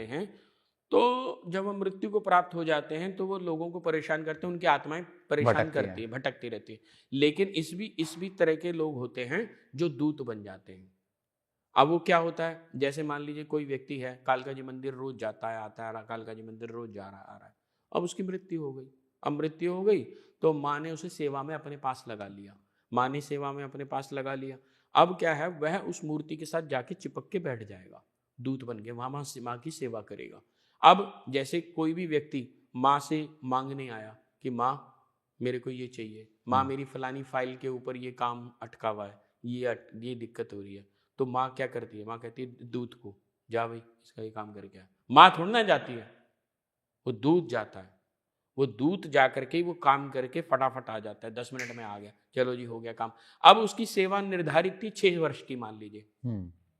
वो माँ के पास रहा 6 वर्ष तक, उसकी माँ की सेवा में रहा। 6 वर्ष के बाद पुनर्जन्म हो गया उसका। तो भूत और दूत में ये फर्क है दोनों ही आत्माएं, पर लेकिन एक शुद्ध आत्मा है, एक गलत आत्मा। लेकिन जैसे लोगों के अंदर ऐसा बोलते हैं ना कि माता आ गई है, या फिर ये दूत ही होते हैं, वो दूत ये होते इसी हैं। तरह के ही होते हैं अगर होते हैं। पहली बात, जितना भी मैंने आज तक पाया है वो 90% फेक है, साइकोलॉजिकल होता है, वो जानबूझ के करते हैं। अरे एक किस्सा आपको बताता हूँ, आपने बात करी तो मैं बताता हूँ। एक बार क्या हुआ, एक सास थी, उनकी बहू से बनती नहीं थी। तो अब उसने क्या करना शुरू करा कि भाई सास ने बोलना शुरू कर दिया कि मेरे ऊपर काली आ गई। और वो काली आ गई चिल्ला जय माता की करते हुए बाहर आ गई, आंगन में बाहर ले आई। बाहर आ गई, भीड़ इकट्ठी हो गई, सब उन्हें कहा बहू को बुलाओ। बहू आई, उन्हें पकड़ के तड़ातड़ पलटना शुरू कर दिया उसे। और कहते तो माँ मार रही है। अच्छा जी। अब बहू को पता था ये तो मेरे से बदला ले रही है, अब लेकिन कुछ कर नहीं सकती। 2-4 बार 5 बार करा उसने कहा अच्छा ठीक है, अब तेरा इलाज मैं ही बनाऊंगी। अब जैसी उसकी आई तो उसने कहा मेरे भी आ गई काली। वो दोनों आपस में भिड़ गई। ये सत्य घटना बता रहा हूं आपको मैं। और दोनों का युद्ध वहीं शुरू हो गया। अब जब मारपीट शुरू हो गई उनकी आपस में अच्छी खासी, तब कहे ना इसे काली ना तेरी काली। वो उससे बदला ले रही है, वो भी उससे बदला ले रही है। तो 90% केस तो फेक होते हैं, होते ही नहीं। 10% केस हैं वो जहां पता चल जाता है। और ऐसी जब ऊर्जा आती है ना, तो जो भी थोड़ी सी भी पूजा पाठ करने वाला व्यक्ति है ना, उसे स्वयं पता चल जाता है कि ये शक्ति है, क्योंकि वो कनेक्ट कर जाता है, एकदम से पता चल जाता है कि हाँ ये सत्य है, ये गलत नहीं है। ऐसा लेकिन बहुत रेयर होता है। हाँ, मैं इस पे ज़्यादा उस पे नहीं जाना चाहिए। ऐसा नहीं कि मैंने नहीं देखा, सत्य भी देखा, ऐसा हुआ हूँ मैं। अपने अपने मंदिर में चमत्कार देखे हैं? बहुत बार देखे हैं, वैसे तो रोज ही हो जाते हैं लगभग। जब एक साधक आकर के कहता है कि अभी जैसे मैं आपको बताता हूँ, हमारे यहाँ आने वाली एक साधिका हैं, उनके ऊपर ब्रह्म राक्षस किसी ने छोड़ दिया। ब्रह्म राक्षस बहुत खतरनाक चीज होती है। तो वो माँ की साधना करती थी, तो वो उनका कुछ नहीं कर पाया और स्वप्न में उसको दिख गया और उसको ये दिखाई दिया कि गुरुजी मेरे साथ खड़े हुए हैं और उन्होंने रक्षा करी है। मैंने कहा बेटा कुछ चिंता मत कर, तू बस ये साधना करती रहे, ये जाप करती रहे, निरंतर करती रहे। और वो करती रही। तो जिन्होंने उसके ऊपर वो चीज भेजी थी उसकी मृत्यु हो गई, उसकी मृत्यु हो गई एकदम। एक ऐसे ही करनाल से आती हैं, उनके कोई 95-98 लाख रुपए किसी ने दबा लिए। तो बड़ी लंबी स्टोरी है वैसे, बस उसमें कट शॉर्ट में आपको बता रहा हूँ। उसमें क्या हुआ कि उन्होंने पैसे भी ले लिए और मुकदमा भी कर दिया। उन्होंने चेक दिया हुआ था, वो चेक उसमें प्रेजेंट करा करके कहा दिया, कैश उन्होंने दे दिया था, चेक भी पड़ा हुआ था गुड फेथ में, तो उन्होंने प्रेजेंट करा के दी, इतने पैसे और दे और डबल और पैसे दे। अब वो रोती हुई मेरे पास आई कि जी ऐसे ऐसे ये दिक्कत हो गई है। मैंने माँ से निवेदन करा, माँ ये तो गलत है। तो माँ ने कोई प्रयोग बताया मुझे और अगले दिन उसकी कोर्ट की डेट थी और उसे एक पता था कि सजा होनी है, कुछ था ही नहीं उसके पास सबूत कुछ समझाने के लिए, और ये दिक्कत हो जाएगी कि भाई इतना पैसा जमा कराओ, और जबकि मैं पैसा दे चुकी हूं। अब मैंने कोई प्रयोग कराया तो आप बिलीव करना, रात्रि में वो व्यक्ति उठा और चलने लगा तो वो गिर गया, उसका घुटना टूट गया और घुटना टूट गया तो अगले दिन वो कोर्ट जा नहीं पाया। अब उसको लगा कि अब मैंने गलत करा, पता नहीं कैसे उसकी चेतना में ये माँ ने भी डाल दिया कि बेटा तूने गलत करा इसलिए ऐसा हुआ। उसके बिल्कुल ये ऐसे चूरा हो गया, बिल्कुल ऑपरेशन हुआ सब कुछ, और उसने माफी मांगी। उसने बोला मैंने गलत किया है और मुझे कोई पैसा नहीं चाहिए। उन्हें आकर के एकदम से बताया, और माँ और माई महाराज तो रोज ही कृपा करते हैं। अभी कुछ दिन पूर्व में ही एक अद्भुत घटना मेरे साथ घटी मंदिर के अंदर, मंदिर प्रांगण में ही, कि मैं जाप कर रहा था, ललिता सहस्त्रनाम का ही पाठ कर रहा था इनफैक्ट, और मुझे ऐसा लगा कि कोई है सामने। तो जैसे ही मैंने महसूस करा कि भी कोई सामने है, तो मैंने ऐसे उठाया तो मैंने देखा कि एक लगभग 16 वर्ष की कन्या, जिन्होंने लाल साड़ी डाली हुई थी, वो ट्रांसपेरेंट साड़ी थी, बहुत सुंदर, इतनी दिव्य। एक तो गौर वर्ण होता है, एक होता है उनमें से जैसे प्रकाश अंदर से बाहर आ रहा है, और जैसे ही वह वहां प्रकट हुई तो पूरा मंदिर प्रांगण एक अलग प्रकार की खुशबू से चारों तरफ फैल गया। गुलाब की खुशबू तो थी ही थी, एक और खुशबू, मैं उसका नाम भी नहीं जानता। और सबसे बड़ा हुआ क्या कि जैसे मुझे किसी ने रिमोट से फ्रीज कर दिया। I was not able to move my finger even. मैं बस खाली देखता रहा उनको और देखता ही रहा। उन्होंने मुझे नमस्कार करा, माई को नमस्कार करा।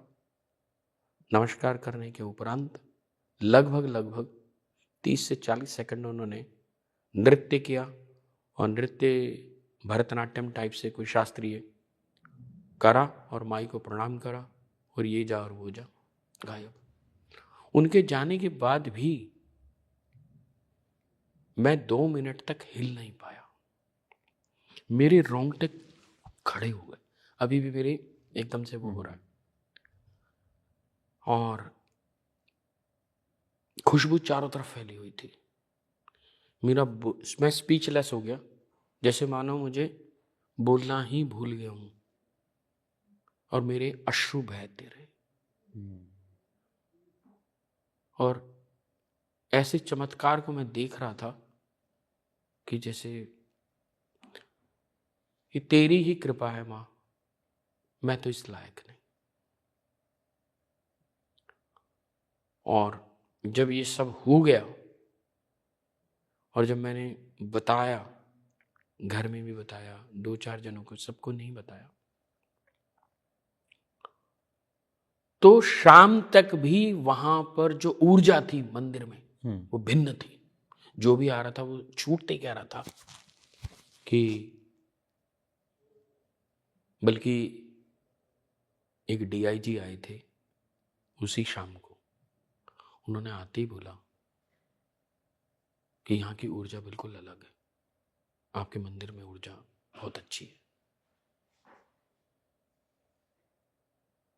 मैंने कहा ये सब माँ का चमत्कार है, मैं तो किसी लायक नहीं हूँ, मैं तो कुछ जानता नहीं हूँ। बस मुझे तो एक ही बात आती है, अपनी टूटी भाषा से उसका नाम बोल लेता हूँ और वो भी गलत सही वो स्वीकार कर लेती है। वो उसकी दया है, उसका प्रेम है मुझ पर, वरना मैं इस लायक नहीं। मां प्रेम लुटाती है, बांटती है, पाने वाला चाहिए। बस मैं तो इतना ही जान पाया हूं, इतना ही समझ पाया हूं। अपने जीवन से भी मैंने यही समझा, सीखा। अच्छा, आपकी स्टोरी क्या है? आप क्यों आए मतलब इस फील्ड में? मैं आया नहीं, मुझे कान पकड़ के लाया लाया गया है। गया। कान पकड़। आपका बैकग्राउंड क्या है? मैं एक कंप्यूटर इंजीनियर हूं और इलेक्ट्रॉनिक्स में मैंने डिग्री ली है, इलेक्ट्रॉनिक्स एंड टेलीकॉम में। बीटेक किया आपने? हाँ, और मैं कंप्यूटर की अपनी कंपनी चलाता था, प्राइवेट लिमिटेड कंपनी थी मेरी।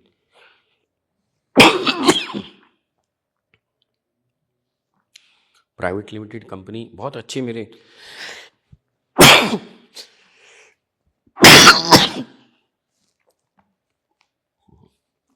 इसके बाद फिनिश करेंगे। कितना बैटरी बची है? खत्म। हाँ, फिनिश करेंगे। मेरी अपनी प्राइवेट लिमिटेड कंपनी थी और मैं तो बहुत अच्छे कॉरपोरेट में डील करता था। हाँ, मेरे पिता जरूर माँ बगलामुखी की उपासना साधना में थे, और वो भी क्यों आए, क्योंकि 1980 में लगभग एक हमारे ऊपर समस्या आ गई थी।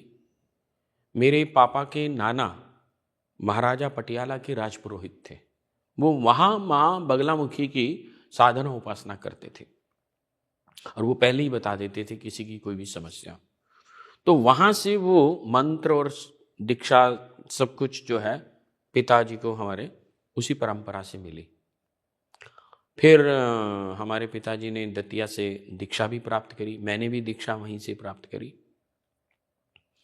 और तब तक अब क्या था कि धीरे धीरे पिताजी सबको बताने लग गए थे कि कोई समस्या है तो ऐसे कर लेना, ऐसे कर लेना। तो वो धीरे धीरे, जैसे वो होता है ना कि मैं चला तो अकेला था लेकिन कारवां जुड़ गया। आज हजारों की संख्या में लोग लाभान्वित हो रहे हैं, लाभ ले रहे हैं इसका। और हमारे यहाँ आने वाले किसी भी साधक से, किसी भी व्यक्ति से किसी भी प्रकार की कोई फीस आदि इत्यादि नहीं लिया जाता। प्रति रविवार निशुल्क यज्ञ तभी से चल रहा 25 वर्षों से, और माँ उस यज्ञ में आहुति देने वालों की सुनती है और उनकी समस्याओं का निवारण भी होता है। तो 2016 में लगभग पता नहीं मन में से ऐसा आने लगा, ये संसार तेरे लिए है ही नहीं बेटा, हो गया, चल अब आगे के जीवन की यात्रा को चल। और मुझे ये भी बता दिया गया तेरा एक जीवन और है, उसके बाद तू, मतलब इसके बाद एक जीवन और है, उसके बाद तू मोक्ष प्राप्त कर जाएगा। ठीक है माँ। तो उन्होंने कान पकड़ा और इधर ले आई। और साधना आराधना में तो हम थे ही पहले से, बचपन से ही थे। बचपन से जब मैं शायद 17 वर्ष का था तभी से मैं जो हूँ शिव तांडव स्तोत्र का पाठ करता आ रहा हूँ। और ये शिव की ही लीला है, उन्हीं की शक्तियां हैं, उनसे भिन्न नहीं है। शायद उनको किसी बात पे तरस आया होगा या मेरा कोई प्रारब्ध रहा होगा कि जो उन्होंने अपनी चरणों की सेवा मुझे प्रदान कर दी। 2016 से मैं जो चीज़ें मुझे कभी ज़िंदगी में समझ नहीं आती थी, तो थोड़ा सा भी ध्यान लगाता था, वो चीज़ें अपने आप स्वतः प्रकट होनी शुरू हो गई और समझ आना शुरू हो गया, अच्छा ये तो ऐसे होगा, ये तो ऐसे, ये तो ऐसे, ये तो ऐसे, सब चीज़ें स्पष्ट रूप से दिखाई देती है सब कि ये चीज़ ऐसे ऐसे। और माँ भगवती की अपार कृपा ऐसी मिली कि 2021 से तो मंदिर की सेवा में लगा ही दिया। अब उनकी सेवा चलती है, चल रही है। मैं तो बस इतना ही माँ से मांगता हूँ कि अनवरत ये सेवा तू देती रहे और करवाती रहे, क्योंकि मुझे तो कुछ नहीं आता। अपराधा सहस्राणि क्रियन्ते हरनि समय दासो यमति अमत्व क्षमस्व परमेश्वर। न मंत्रम न यंत्रम, न मैं मंत्र जानता हूँ न यंत्र जानता हूँ न तंत्र जानता हूँ, मैं तो सिर्फ तेरा नाम लेना जानता हूँ माँ। मैं बस उसके 2016 के बाद से साधना गहरी होनी शुरू हो गई। मेरे आस पड़ोस में जितने भी मेरे मित्र सहयोगी जो भी थे सब दूर हो गए ऑटोमेटिक। और मैंने 3 पुस्तकें भी लिखी हैं। एक तो मैंने माई की आज्ञा नहीं थी तो दुर्गा सप्तशती का तांत्रिक विवेचना करी है, वो लगभग 80-100 पेज के करीब की है। उसमें माई के बगलामुखी माई के रहस्य हैं। जब माई की इच्छा होगी शायद हम कभी प्रिंट करा पाएँ। 2 और भी मेरी पुस्तकें हैं जो चौखंबा से प्रिंट हुई हुई हैं, और परावाणी के नाम से है, एक और है, माँ बगलामुखी की विशेष है। तो उस तरह से होती चली गई, विद्या अध्ययन भी होना शुरू हो गया, साधना गहरी होनी, सारी दिन सारी रात मैं 1-1 महीना के लिए दतिया में रहना शुरू कर दिया। या मैं कलेसर एक जगह है जगाधरी में, वहाँ भगवान शिव के सम्मुख वहाँ भी साधना हुई, हरिद्वार में भी हुई। और मुझे उस बीच में कुछ ऐसे दिव्य लोगों से भी मिलने का सौभाग्य प्राप्त हुआ जिनके मार्गदर्शन से मैं आगे बढ़ पाया। तो अगर ये वीडियो देख के किसी के मन में आया कि उसको बगलामुखी की साधना करने, तो उस सही गुरु तक कैसे पहुंचे? मैंने जैसे पहले बोला कि गुरु स्वयं आपको खोज लेता है, आपको खोजना नहीं पड़ता। आपके अंदर वह लालसा जागृत होगी ना। देखिए, सबसे पहले किसी को भी सक्सेस होना है तो उसके लिए एक ट्रायंगल है, इच्छा शक्ति, ज्ञान शक्ति और क्रिया शक्ति। This is the triangle. अब आज की तारीख में हो क्या रहा है, मैं जनरल में, अध्यात्म की बात नहीं कर रहा, मैं जनरल बात कर रहा हूँ। इच्छा तो है डॉक्टर बनने की, ज्ञान लिया इंजीनियर का, काम कर रहे हैं कुछ और, तो ट्रायंगल पूरा ही नहीं होगा।